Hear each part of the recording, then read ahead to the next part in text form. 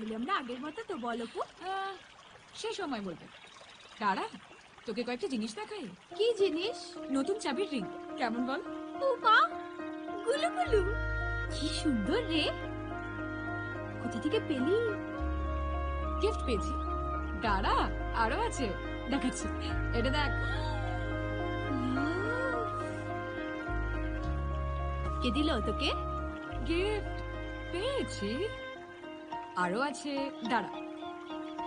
এই দেখ, makeup kit, কত শেডস। এত গিফট তোকে কে দিয়েছে রে? আরো আছে, বাড়ি আসিস দেখাবো।